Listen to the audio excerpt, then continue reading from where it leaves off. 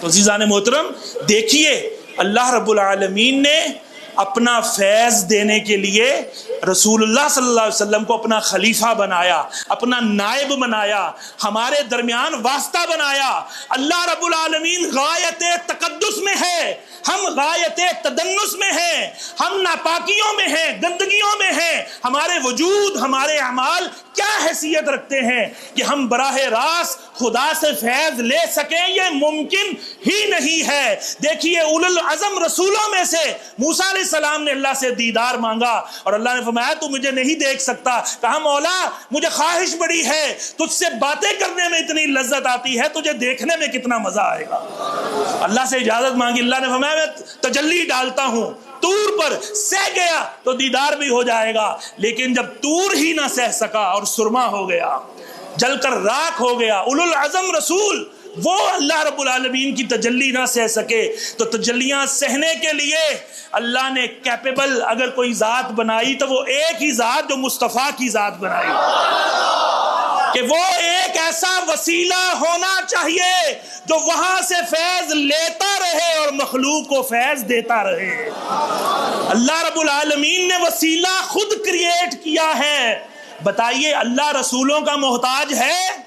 یار مجھے بلند آواز سے جواب چاہیے۔ اللہ رسولوں کا محتاج ہے؟ اللہ نبیوں کا محتاج ہے؟ اللہ فرشتوں کا محتاج ہے؟ اللہ کتابوں کا محتاج ہے؟ تو اللہ رب العالمین محتاج نہ ہو کر ہمارے لیے وسیلہ بنا رہا ہے، اور ہم محتاج ہو کر بغیر وسیلے کے اس تک پہنچنا چاہ رہے ہیں۔ یہ پاسبل ہے؟ یہ پاسبل ہے؟ نہیں پاسبل۔ تو اس لیے وسیلہ ہمیں تھامنا ہوگا۔ اللہ نے خود حکم فرمایا ہے ابتغوا الیہ الوسیلہ۔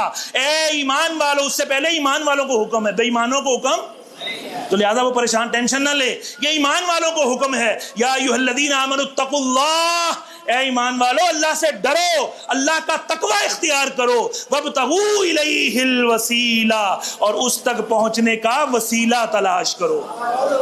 وسیلہ اعمال بھی ہوتے ہیں اور وسیلہ ذوات بھی ہوتی ہیں، شخصیات بھی ہوتی ہیں۔ جب اللہ نے یہ فرما دیا اتقوا اللہ، تقوی اختیار کرو، تقوی میں سارے اعمال آ گئے، تقوی میں سارے اعمال آ گئے۔ اب اللہ آگے عطف کے ساتھ ارشاد فرما رہا ہے وابتغوا، اور تلاش کرو، تقوی اختیار کرنے کے بعد اور تلاش کرو اس تک پہنچنے کے لیے وسیلہ۔